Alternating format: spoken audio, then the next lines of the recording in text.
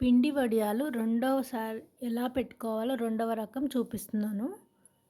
ముందుగా ఒక 2 కప్పులు బియ్యం తీసుకొని నానబెట్టుకొని ఒక రోజు రాత్రంతా వాటిని మిక్సీ పట్టుకోవాలి.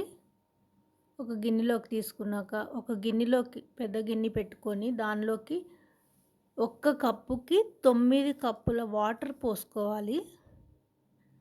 ఇక్కడ నేను 18 కప్పులు వాటర్ పోసుకున్నాను. 2 కప్పులు బియ్యానికి. దానికి తగ్గట్టుగా సాల్ట్ వేసుకోవాలి. తర్వాత ఎండు మిర మి పచ్చిమిరపకాయలని గ్రైండ్ చేసుకొని దానిలోకి వేసుకోవాలి. నీళ్లు కాగిన తర్వాత వేసుకొని కలుపుకోవాలి. అలానే నువ్వుల్ని గూడా వేసుకోవాలి. ఒక కప్పు నువ్వుల్ని గూడా వేసుకోవాలి.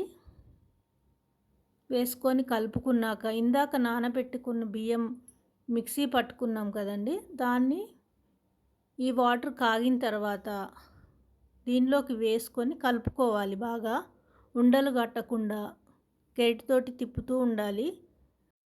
అలా చిక్కబడే వరకు కలుపుతూనే ఉండాలి కొద్దిగా.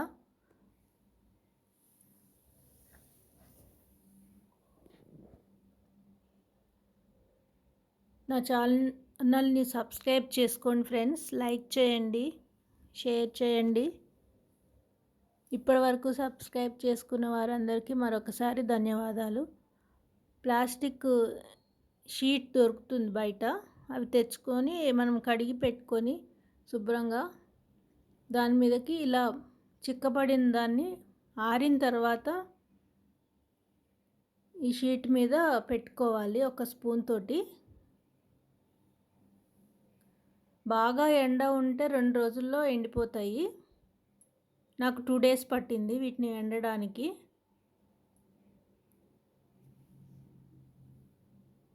అవే రాలిపోతాయన్నమాట ఎండిన తర్వాత.